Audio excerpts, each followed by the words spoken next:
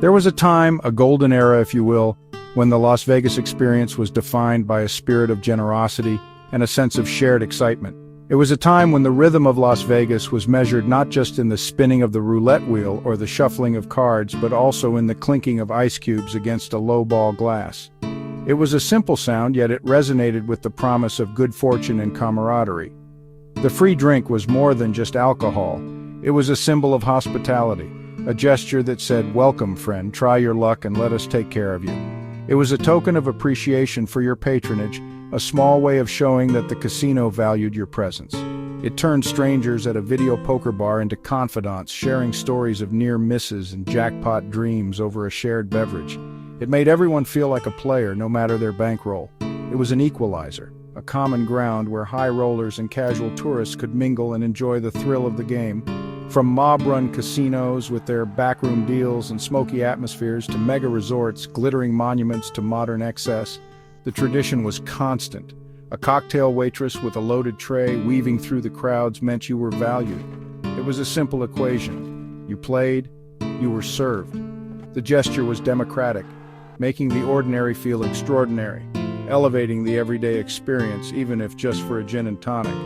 It was a small luxury, a taste of the high life, freely given. That Vegas feels like a distant memory now. The simple act of getting a drink while you gamble, a seemingly effortless transaction, has become a complex transaction, requiring a certain level of play, a commitment of time and money, a voucher, a coupon, a permission slip, or direct payment. The spontaneity is gone, replaced by a calculated exchange. Cheap buffets, once a staple of the Vegas experience, have been replaced by celebrity chef restaurants with sky-high prices. The era of affordable indulgence has faded. The city's generosity, once its calling card, the very essence of its appeal. If you're enjoying this video, please like, share, subscribe, and comment below. Your support helps us grow and bring you more great content. Has been replaced by a calculated model of revenue extraction. The focus has shifted from creating an experience to maximizing profit. The nostalgia for old Vegas is potent, a yearning for a bygone era because it represents more than just a loss of freebies. It's a shift in the city's ethos, a fundamental change in its character. The free drink was the cornerstone of accessibility, a symbol that everyone was welcome regardless of their budget, and its disappearance signals a realignment of priorities, a move towards exclusivity and premium experiences. The ghost of that generous past now haunts the casino floors, a faint echo in the cacophony of modern Vegas, a silent reminder of a different kind of deal, a deal where everyone felt like a winner. The slow disappearance of the complimentary drink. It's a story of changing times and evolving casino strategies. It didn't happen overnight. This wasn't a sudden decision, but rather a gradual shift in policy. It was a slow, almost imperceptible, calculated erosion of a long-standing tradition. A strategic move, carefully planned and executed. It started subtly with the introduction of drink monitoring systems. Technology began to play a key role. Initially, these systems were implemented at video poker bars, requiring a minimum level of play to qualify for a free beverage. The days of simply sitting down and enjoying a complimentary drink were fading. No longer was just sitting at a machine and playing enough to warrant a free drink.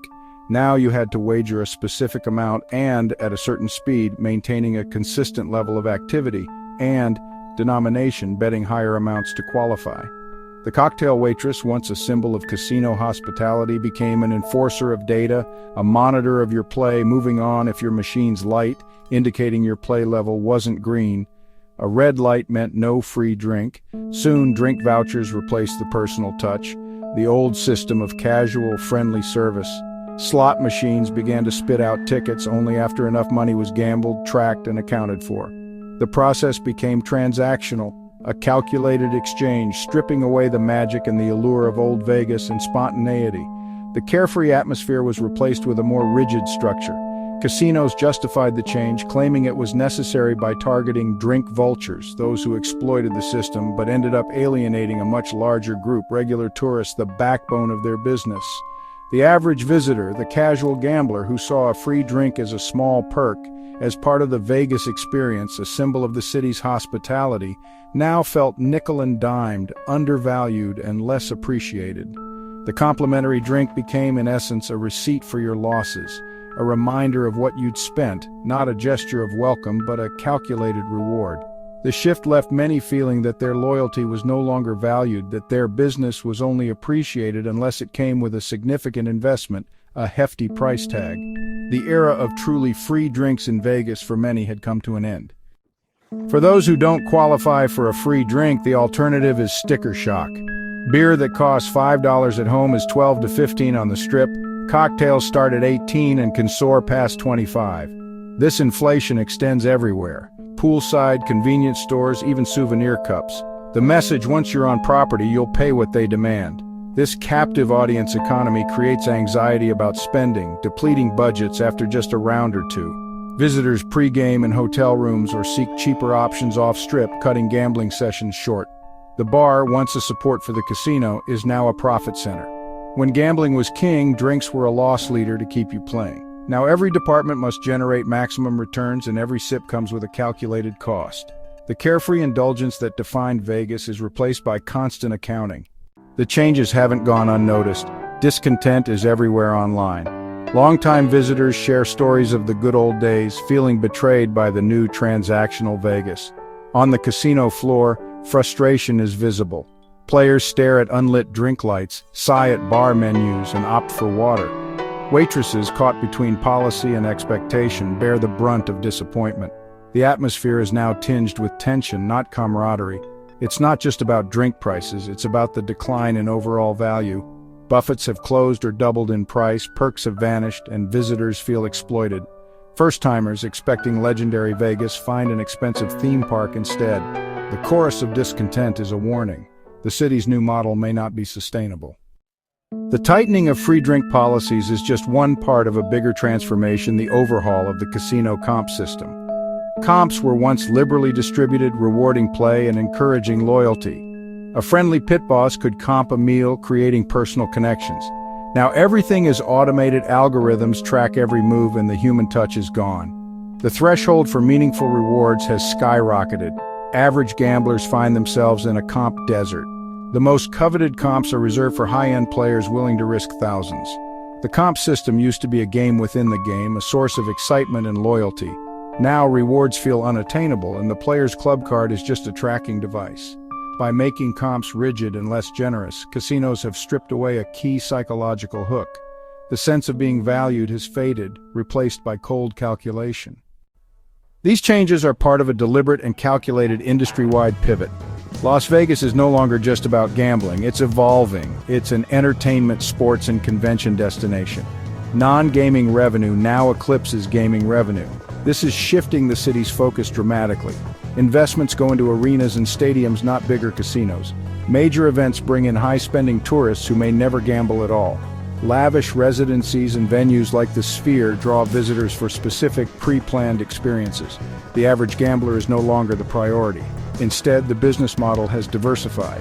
Casinos now chase whales of a different sort: corporate clients, sports fans, and concert goers. The free drink for the penny slot player is a casualty of this new model. The city's future is built on spectacles, not slot machines. Las Vegas is consciously cultivating an image as a luxury destination for the global elite. The Strip is now lined with ultra-luxury retail, Michelin-starred restaurants, and exclusive experiences. Shopping malls like the Forum Shops and Wynn Plaza cater to those for whom five-figure purchases are routine. Boutique hotels within hotels offer private pools and concierge services, creating exclusive enclaves. Nightlife is dominated by ultra-lounges and bottle service clubs, where a table can cost tens of thousands. This evolution creates a city of haves and have-nots. The wealthy enjoy seamless luxury, while the average visitor faces rising costs and diminishing value. The old promise that anyone could feel like a king for a day is gone. Now you're constantly reminded if you don't have the bank account to match. Vegas is becoming less of a democratic fantasy land and more of a stratified society. On the surface, Las Vegas tourism is booming: record visitor numbers, blockbuster events, and healthy corporate profits. But beneath the headlines, the traditional tourism market is showing strain. Visitors may still come, but they're staying shorter and spending more cautiously. High costs force people to cut trips short or avoid gambling altogether. The city is attracting high-revenue, short-term event tourists, but losing loyal, repeat middle-class gamblers. Forums are filled with former loyalists choosing regional casinos or all-inclusive vacations elsewhere. the cumulative effect could be significant over time. The big question: can Vegas thrive by catering almost exclusively to elites and event-driven tourists? The current model is dependent on a steady stream of blockbusters. The numbers look good now, but they don't tell the whole story. The loss of the free drink and traditional comps, it might seem like a minor adjustment on the surface, but it's more than just a business shift, a simple change in policy, or a cost-cutting measure. It's a deeper transformation. It's the loss of the city's soul, the very essence of what made Las Vegas, Las Vegas.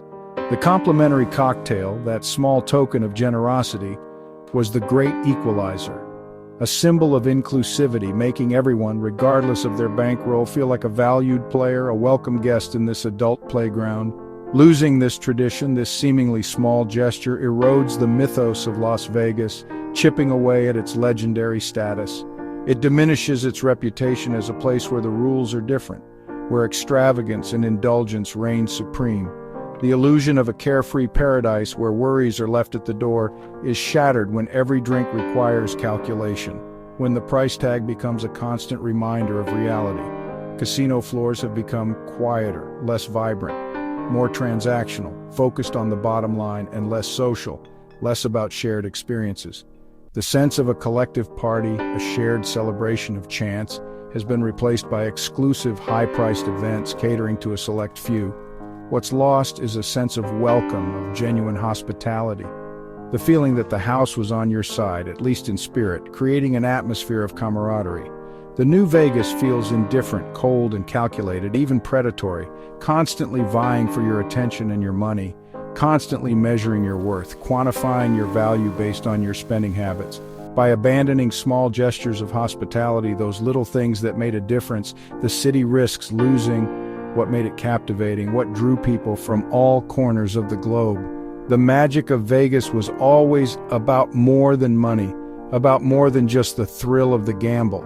It was about belonging, about finding a place where you could be yourself and feel like you were part of something special. Today, Las Vegas is a tale of two cities. There's the new Vegas, high-tech, event-driven, and exclusive, catering to corporate clients and the global elite. Then there's the ghost of the old city, one of accessible dreams and spontaneous fun, built on free drinks and attainable comps. The evidence suggests the new corporate Vegas is pushing out the old. The average visitor is now an afterthought, left to navigate a landscape built for the wealthy. The central question: who is Las Vegas for now? The city has bet its future on the high-spending few, trading its populous soul for exclusivity. What's lost is the idea that Vegas was a place for everyone. As prices climb and perks vanish, it's worth asking if the city has forgotten the people who built it.